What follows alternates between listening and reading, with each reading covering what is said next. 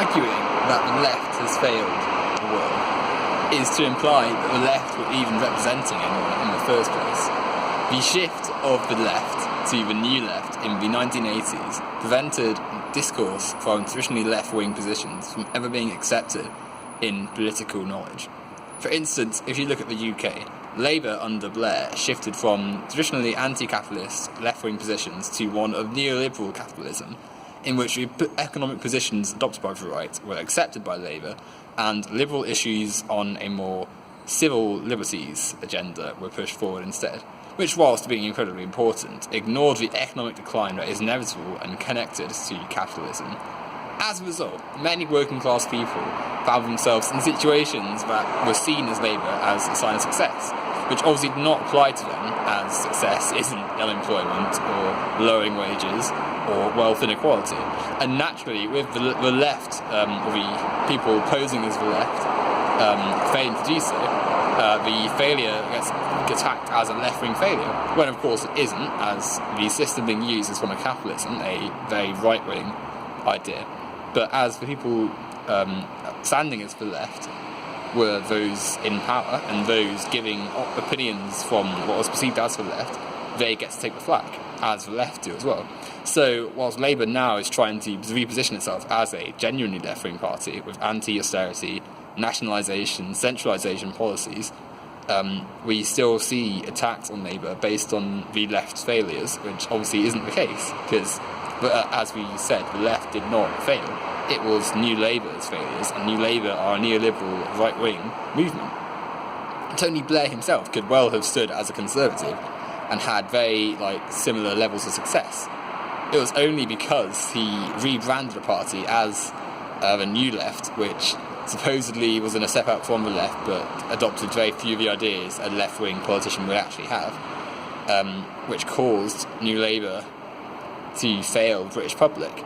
The same can similarly be said in America, in which the Democrats are supposedly seen to have failed, and very American people. And in many cases this is true. We look at what's happened to areas like Michigan, Detroit, many inner city areas where unemployment is high, there's a lot of crime, there's economic disparity, and it can be said that presidents like Clinton and Obama, and what Hillary Clinton perhaps would have been, wouldn't have helped these people. And that's true, because neoliberal capitalism doesn't help those in poverty, and in fact requires poverty to be sustained. Otherwise, how do corporations make money? How do you produce profit unless you have people to exploit? And whilst they are failures of the Democrats, we have to accept the Democrats are not a left-wing party by any stretch of the imagination. Politicians like Obama only seem left-wing because of the company they've surrounded themselves in. Where Clinton was not a left-wing president before him, George Bush was certainly not left-wing, and perhaps his policies were very extremely right-wing, and hence why he was voted out why his party lost so badly to Obama. But to imply that the Democrats have been left-wing at all is seriously misleading. You can make an argument that there hasn't been a single good US president since the turn of the war, and FDR, and that has some truth to it. I mean, there's not really been any president that has managed to question the inherent corruption and failings of a capitalist system. The boom years perhaps helped to hide that, but since Lyndon B. Johnson of Big Society, what progress has been made, really, in many areas, in many cases, has been disimprovement, a failure of the system to work with people. Perhaps in some cities it's been good, and there has undoubtedly been progress with the progression of civil liberties and better equality. But in areas like the aforementioned Detroit, the Rust Belt, areas where industry and physical labour were predominant, these areas have seen massive declines in both economic standing and cultural standing, as their way of life has been disrupted by the inevitable shifting of power under a capitalist system. And as a result, it's easy to see why people would get frustrated with the Democrats talking of how great things are and how the left are stand for progress and equality, when clearly they've been left out to dry by the system. And as a result, it's easy to see why someone like Trump was elected over Clinton, because Clinton represented the establishment and who was going to continue Obama's policies. And yeah, it's easy to see that she's a better option than Trump, because Trump is also establishment, a billionaire, politically illiterate, and as we're seeing now, has allowed fascists and white nationalists and far-right demagogues and like potential dictators, if we're not careful, to have access to political power. And obviously that's not good, but when Trump is saying things like we're going to shake up the establishment and we're going to end unfair trade deals and we're going to really change the system, it's easy to see why people would vote for someone saying that than someone promising to keep the system the same, which Clinton would have done, and which wouldn't have given any sort of positive change to the people that live in deindustrialised areas and had no real progress in decades. And the same can be said across the West, with many capitalist countries failing significant populations of their people simply by refusing to admit that their system does not help those who are unprofitable. As soon as a corporation has access to better tools, why wouldn't they go and use those tools? And in this case, the automated processes of machinery, cheaper labour in foreign countries, even just things as simple as relocating within the country to urbanised areas and just leaving populations in less economically profitable areas to hang out to dry, essentially. Whilst capitalism gets to claim it's improve the lives of millions, we forget that it has disproportionately given economic substantiality to people, and it's often the policies of the left which have had to step in to defend people from the corruption of capitalism and prevent any further damage from being done. So whilst you can argue, well, the internet and our phones and better quality of life has come out of capitalism, it's come at a stunted rate and at a rate that hasn't really given the tools to innovate for many millions of people. Like, we look at TVs. An HD TV is alright to buy now, maybe for some economically viable people, but 10 years ago, look how much one costs, often the same price as a yearly rent for some.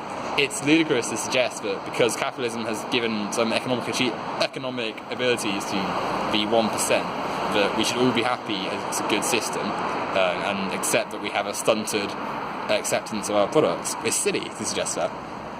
It's naturally corrosive and divisive, and it allows for exploitation of workforces and people. And without the poverty of the poor, it doesn't survive. It requires an underclass of people who are exploited for their wages and hours and can't have the economic sustainability and muscle to compete to thrive.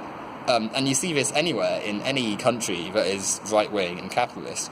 It's telling that whilst countries which are left-wing still adhere to capitalism, the countries that are more left-wing have better equality, better development of life, and a happier population. Look at Denmark and the rest of Scandinavia. Look at Germany. These countries have good mobilisation and social mobility for people, or certainly compared to the US and the UK, and their populations are happier and have a better quality of life as a result. And that shows you that left-wing policies do work, and that there needs to be significant criticism of capitalism and social mobility and social programmes from the left to create a better society. But the idea that the left have caused Trump's victory or caused the rise of the far right is silly, because it suggests, again, that the left were people who created a situation that has led to working class people turning to the far right for answers, with neoliberal capitalism and right-wing policies over sense and sensibility. And to call people like Blair, Obama, Clinton, even David Cameron, which seems ludicrous, as left-wing, is entirely it's ludicrous. It's looking at those people and their policies, they're staunch capitalists, and it's entirely ignorant to suggest otherwise. And when you have real left-wing politicians, and politicians who really want to challenge the system, you see the media shut them down and run campaigns and smears against them which have nothing to do with policies, because, contrary to popular belief, the media is very right-wing and controlled by those who don't seek to lose their wealth and don't seek to better policies, because you'd see that a lot of the policies that the left would suggest would probably harm their economic standing and prevent them from furthering their wealth.